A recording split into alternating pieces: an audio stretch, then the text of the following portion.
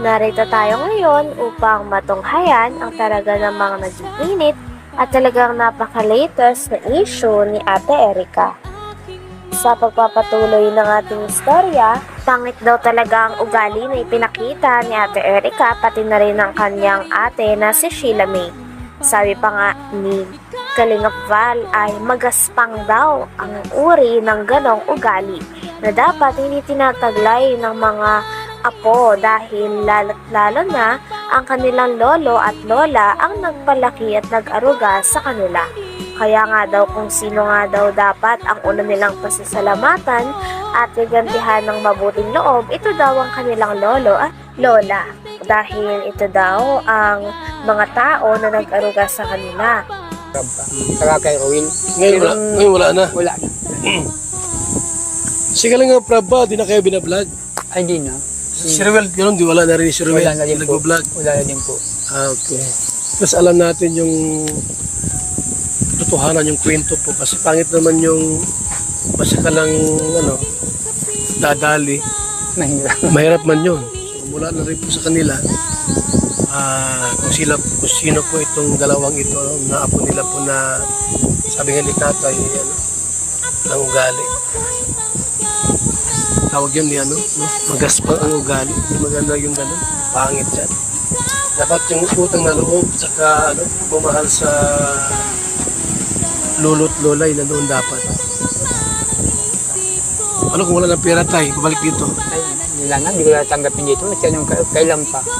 Tulad ng ayaw ko na. Pag sinabi Malalim ko, yung mo, sugat. pag sinabi ko na dito. Sabi pa ng lolo ni Ate Erica ay ayaw na ayaw niya daw at hindi daw pwede sa kanyang ugali ni Ate Erica pati na rin ang kanyang ate na si Sheila May. Talagang ayaw niya daw na lalapastanganin daw nila ang nagpalaki sa kanila at talaga namang umaruga ng ilang taon. Lolo at lola daw kasi nilang talagang nagpalaki sa kanila, nagpaaral at naghatid sundo daw sa kanila sa school kahit na naulan. Kaya talagang hindi pwede sa kanilang lolo na porket nagkapera lang sila ay lalapastanganin na nila ito. Wala nga daw siyang pakis sa pera nila Ate Erica, ngunit ang sa kanya lang ay ang ugali talaga ang dapat nilang ayusin sapagkat dapat hindi nila ginaganon tratuhin ang mga taong nagpalaki at nag-aruga sa kanila ng maayos ng bata pa sila. Yes, kaya pumunta kami dito at makausap din po namin kayo para alam namin yung mga dahilan.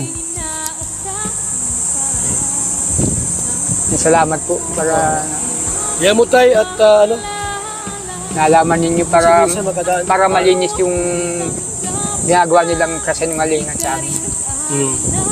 Alam din po Sakali ninyo. tayo na pumunta sa akin sila Mi at magpa-vlog din at sumagot.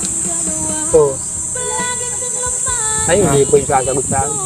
Yung ipagpaliwanag din sa akin, Ay, bahala po sila kung gumaliwan nila. Bahala po kayo. basta wag lang magsinungaling. Yung totoo lang. Yung totoo lang. No, di ba? Yung totoo lang.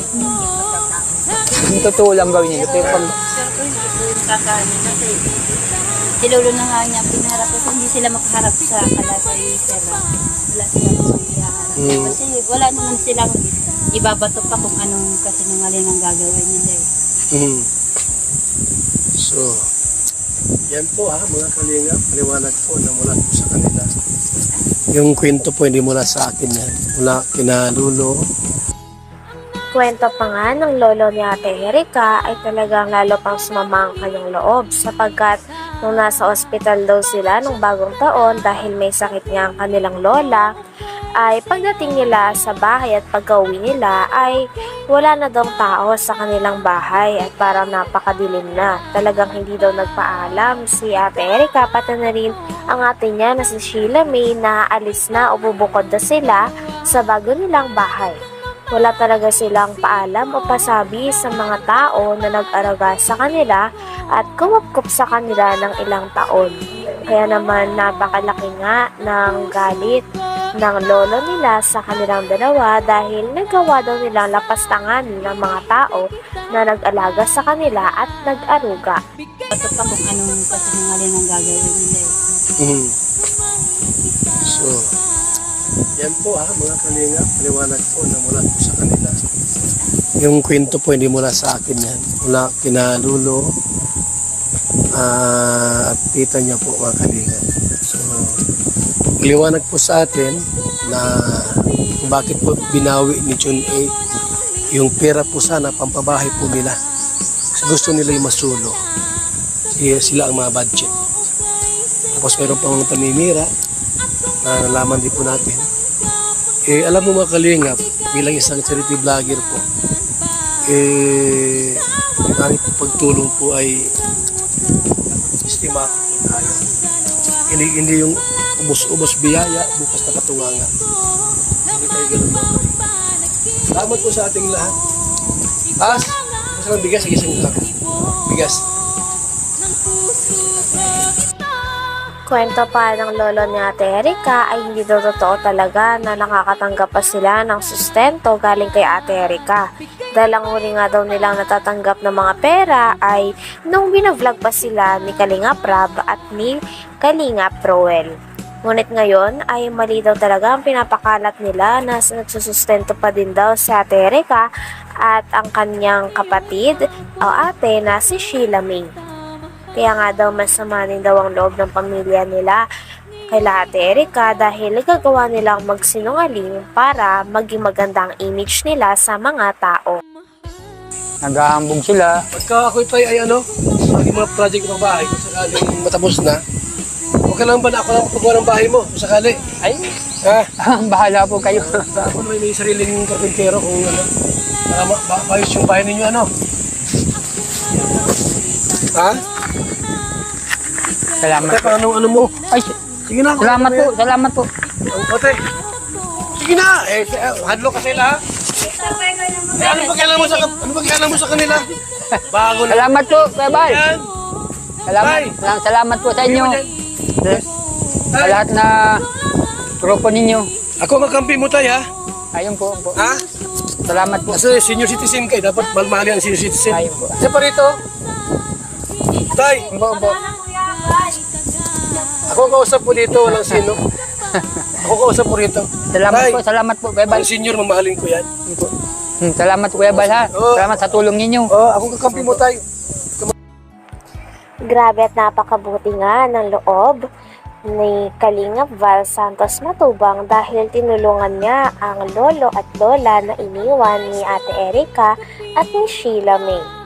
Talagang ngayon na ay nagsabi pa siya na kapag natapos na daw ang ibang pabahay na kanyang ginagawa, ay tutulungan niya daw talaga ang lolo ni Ate Erika. Nangako na nga siya dito ng pabahay at binigyan niya rin sila ng pera pagkatapos silang ma-interview ito. Hindi lang pera ang binigay ni Kalingap Val Santos Matubang upang makatulong sa pamilya na ito sapagkat binigyan niya rin ng isang sako ng bigas ang lolo ni Ate Erika. Kaya naman todo ang pasasalamat ito sa kanya. Sabi nga nila ay hindi naman na daw kailangan ng mga pera at bigas, ngunit pasasalamat pa rin nila kay Kalingap Val Santos Matubang dahil napakabuti ng loob. Sa lahat na grupo ninyo. Ako magkampi mo tayo, ha? Ayun po. Ha? Salamat po. Kasi senior citizen kayo, dapat malmali ang senior citizen. Ayun po. Isa pa rito. Tay, Opo. ako ang kausap po dito, walang sino. Ako kausap po rito. Salamat po, Kuya Bal. Ang senior, mamahalin ko yan. Salamat, Kuya Bal, ha. Oo. Salamat sa tulong ninyo. Ako kakampi mo tayo. Ito mag-alala. Di ko po naasahan na Salamat po pupunta sa kayo inyo. dito. Ganito. Ano? Ibigyan niya Ako kami. tayo, hindi ko sisiraan si Erika. Gusto nga, magkasundo kayo eh. Ayan. Pero hintayin ko yung panahon na magkasundo kayo. Ha? Bahala ka po. Pero talaga sa Kasi maganda yung mamatay tayo may sa puso. Pagpapatawad. Ano? Siguro kayo, naghihinakit kayo. Pero lilipas din naman yan. Huwag muna ngayon. Opo. Salamat po sa inyong grupo. Tara. Okay. Salamat. Salamat tayo. Hanggang dito na lamang muna ang ating napaka-latest at napakainit na issue ni Ate Erika. Maraming salamat sa inyong panonood. Hanggang sa muli. Bye!